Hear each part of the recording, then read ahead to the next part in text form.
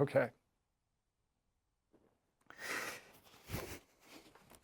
Excuse me. I was coming back from a training ride, a beautiful Sunday, and I was on the final leg, actually, coming back into town and coming down Founders Parkway. And it's an area I probably do, I come down that road to finish up, to turn into Castle Rock. I've done it probably 100 to 120 times. And I was coming down the hill, and I was changing lanes from the right to the left because I know the timing really well in there. And if there's no traffic, I can switch lanes very safely, signaling, and I'll be able to make a left-hand turn up ahead at Woodlands. And I was making those lane changes, and I made it into the middle lane. And I was struck from behind by a large truck. Later, I found out it was an F-250, which is a big truck. And it tossed me roughly 60 feet, is what I was told, and I could kind of judge later from just police reports and what I read. But I rolled 60 feet with my bike and tangled around me. And yeah, I was doing about 32 miles an hour at the time, so he was probably doing a little bit faster in order to hit me. But it's one of those things I wish I would have passed out, because I can remember every second of it. I did not break a bone. I just had a tremendous amount of road rash and lost a very substantial amount of blood on the road. My name is Gary Robinson. I am been a cyclist almost my entire life. I am also the owner, editor, and director for a business which started as a blog but is now a business called Colorado Avid Cyclist, which is basically an online magazine in a way, and a resource for cyclists throughout the state of Colorado. I've raced for a couple teams, most recently Groove Subaru, and I've trained anywhere from about 220 to 300 miles a week when I'm in full training, a little less in the winter. And for instance, this morning, just ramping back up, and I did about 26 miles this morning as a early training ride. I love to ride on, I love riding on the road.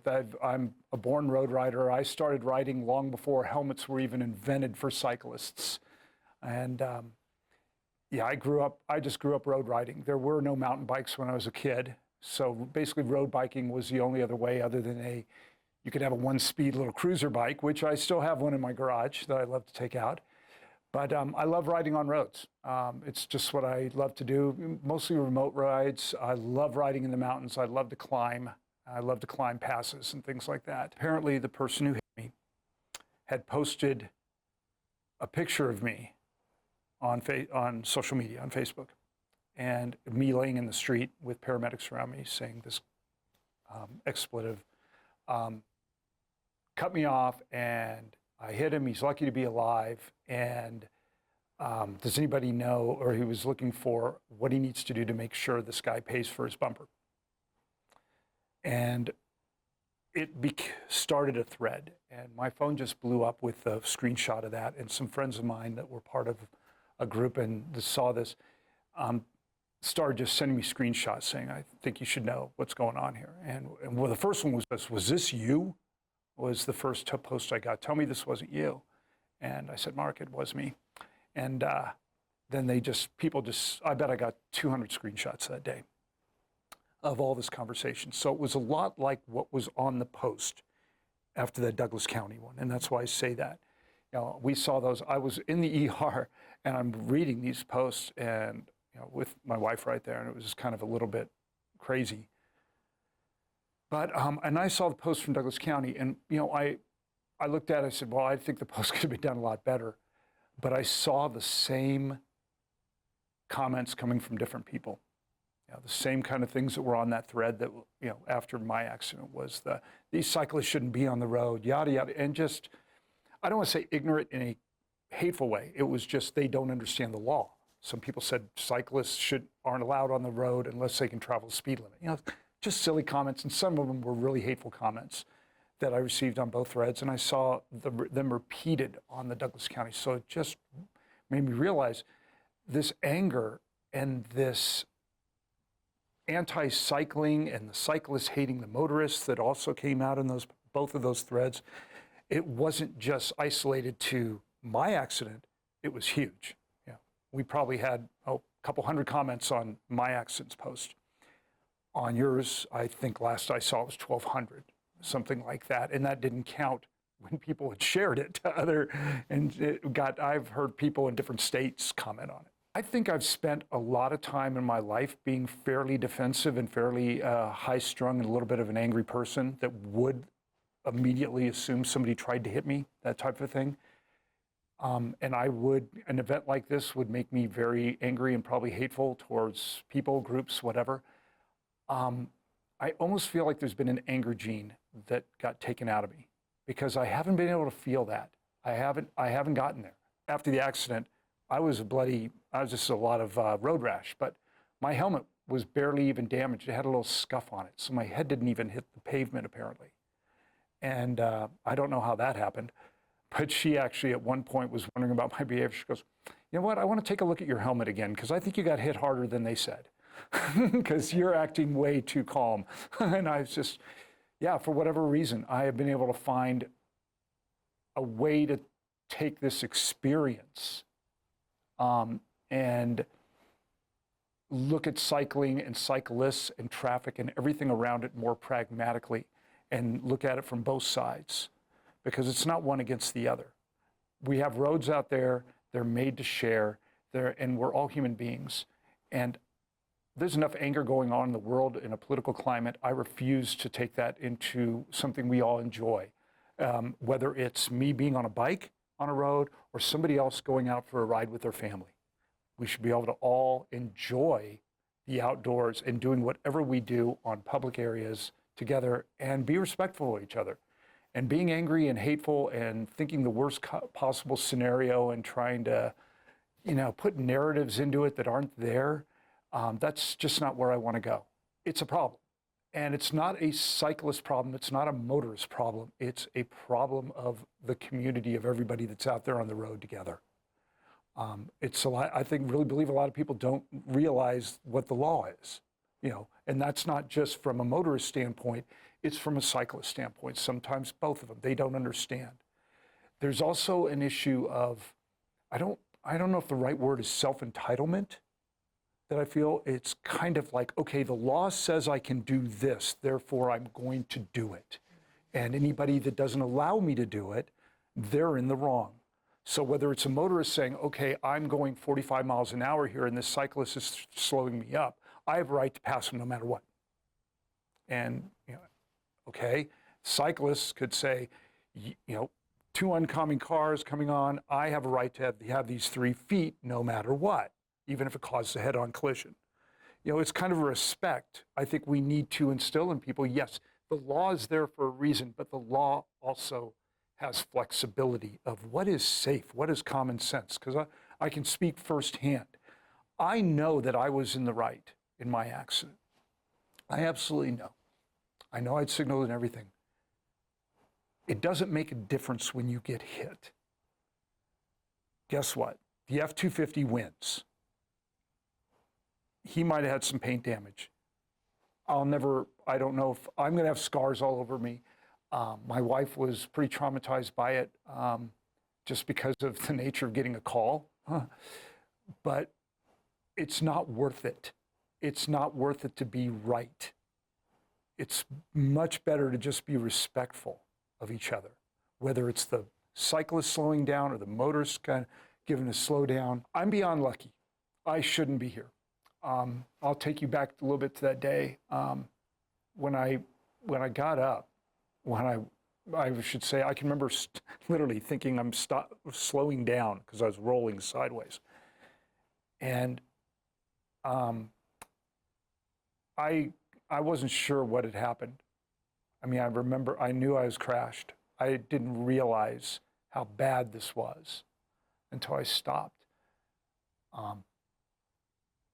And I can vaguely remember looking up and seeing the truck and seeing the other guy, the driver, and then everything is around me. There's ambulances. It all happens so fast. And people yelling at me to keep my head down, lay there, don't move. And I thought I was dead at one point. I thought there was no way, because I remember looking down and seeing a lot of blood. I literally remember thinking I was dead. There's just no way. I was waiting to just kind of also, I thought maybe I was going to see my body somewhere, but it just seemed like a dream. It just didn't seem real. And to hear paramedics again, and also the doctors that were working with me in the ER saying they just could not believe that I took that big of a hit and in that kind of an accident, that fast and that far. And I did not break a bone. I didn't break a fingernail. I mean, there's a lot of scars that are going to be there for a long time. But I feel unbelievably lucky and unbelievably blessed to be alive. It's beyond lucky. I don't believe in coincidences anymore. And I think it's almost like a second life in a way. It really feels like that. Because it's not a near-death experience. It's a near should-have-died experience. And to have that, it's a really weird feeling. And that's probably why I really think that is what has triggered such a change in my emotions as far as anger. And, any kind of hate towards anybody, or just it's galvanized that I want to do something good with this accident. I was allowed to live for a reason. Like I said, I don't believe in coincidence. I don't believe in luck in this. I was given a chance to not only live, but literally start doing something almost immediately. When I saw the post, I had a few people that said, "Oh man, you got to post something on there." Sure, great, just what I want to do. And I literally let it just marinate for a couple days, and then I decided to send a message saying, what my feelings were. And then, I do have this website that, I've got some great supporters. Bicycle Colorado supports me as well as Colorado Bike Law, who's written, Brad Tucker. He has written passed six bills for cycling safety. So when I came to you and did that, my thought was, it was not to rant. It wasn't to be like, hey, if we don't do something here, we're going to do this and this. It was I thought, I want to have a voice, a positive voice, to instead of this adversarial relationship, because it literally started to feel like to myself and that was my knee jerk, and to other people, that it was like, okay, I've got motorists against me. Now it feels like I've got the Douglas County sheriffs against me. And I was like, that's not real. No. I think the intent of the post was good. I really do. I thought it was made for safety. I think it just allowed a platform for people to blow up on, which just about every social post does. So I really wanted to take a step to reach out to say, look, I want to work together. Let's do something start in the county where I live, do some stuff to bring a positive relationship between motorists and cyclists. You've got the motorists' voice. You have the audience there because you deal with them more than cycling. I've got more of the cycling, voice. So I figured it's a great idea if we could do something. I was thinking even if it was one event before I talked to you guys and came to you initially. But now it looks like with your cooperation, and hopefully I'm going to be able to do the work of 5 people myself, but do a series of events just to bring cooperation and build a cool cycling community that is supported by people instead of hated. It took me about 4 weeks to get on a bike, and that was literally my 1-speed cruiser that I have in the garage, and I took it for a little ride downtown and back. And then a couple weeks later, I was able to actually get on a ride. I've never experienced, I didn't even really know what PTSD. I've had friends that have had it. I now know what that is. It was hard for me to drive for a week because anytime I heard a car coming up behind me, it would literally freak me out, where a couple times I had to pull over and let my wife drive. But once I got back on a bike and I was able to do it, I was very gingerly about it. And it's taken me a little bit. I'm mostly on paths still and on gravel roads. And I've been able to ride on some roads, but still, it's scary and it's real. Every time I see any vehicles around me, it's scary, no matter how They may be, I've seen cars pass me on the left on a remote road, and they'll go over a whole lane, and it still triggers a lot inside my head. One of the coolest things I experienced just 2 weeks ago, I was coming up on Plum Creek, and I was going to go straight from Plum Creek Boulevard to Plum Creek Parkway, go through that intersection down to Douglas County Fairgrounds. And so there's a left-hand turn, and then there's the straight or right, and I'm right in the middle. Truck pulls up behind me, freaked me out at first, and then I kind of waved because he knew he was going to take a right-hand turn. I was giving him a wave, and he kind of smiled because I was giving him room, and he was being super respectful. But it was so cool for him. He's with his kids in there, and he rolls down the window to give me a fist bump and thank you. That was cool. That made my ride. I could have went home that moment and been happy with my ride and skipped the workout. But that type of thing, it's just being respectful and being humane with each other. I think we've just got, I really believe that we have this crazy political climate that we've got to hate somebody we disagree with, or we don't, if they're not doing what we want to do, we need to hate them. And I don't think it's not healthy. I've just given up on hate. And my dream is really to bring a lot of joy into cycling without the angst that's in there and the worry. I mean, that's in a perfect world. If I get one step closer to that, that'd be great.